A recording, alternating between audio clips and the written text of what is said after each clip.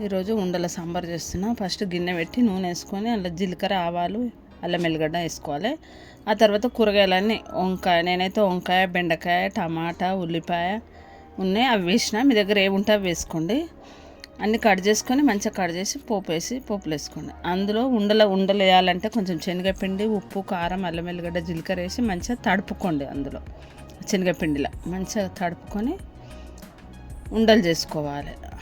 ఉప్పు, కొంచెం కారం, పసుపు వేస్తున్నా, వేసి కలిపి పెట్టుకోవాలి.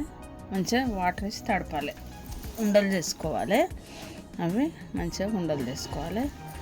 కూరగాయలు అయితే మీరు ఇట్లా చేసుకోవాలి. ఇష్టం మీకు ఇట్లా పొడుగు చేయాలంటే పొడుగు చేసుకోవచ్చు, అట్లా గుండ్రగా చేసుకోవాలంటే గుండ్రగా చేసుకోవచ్చు. మీకు ఎట్లా ఇష్టం అంటే అట్లా.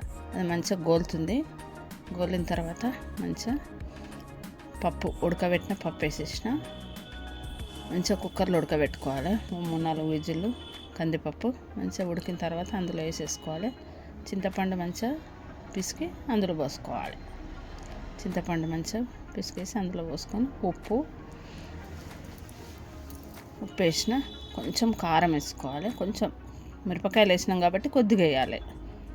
కొద్దిగా వేసి కొంచెం బెల్లం, ఈ ఉండలు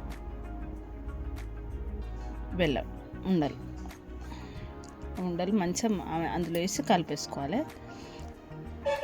మంచిగా మరుగుతుంది. అది మరిగిన తర్వాత కొత్తిమీర, కొంచెం సాంబార్ పొడి కలిపేసుకొని తింపేసుకోవాలి. ఉండల సాంబార్, స్పెషల్ ఉండల సాంబార్ రెడీ.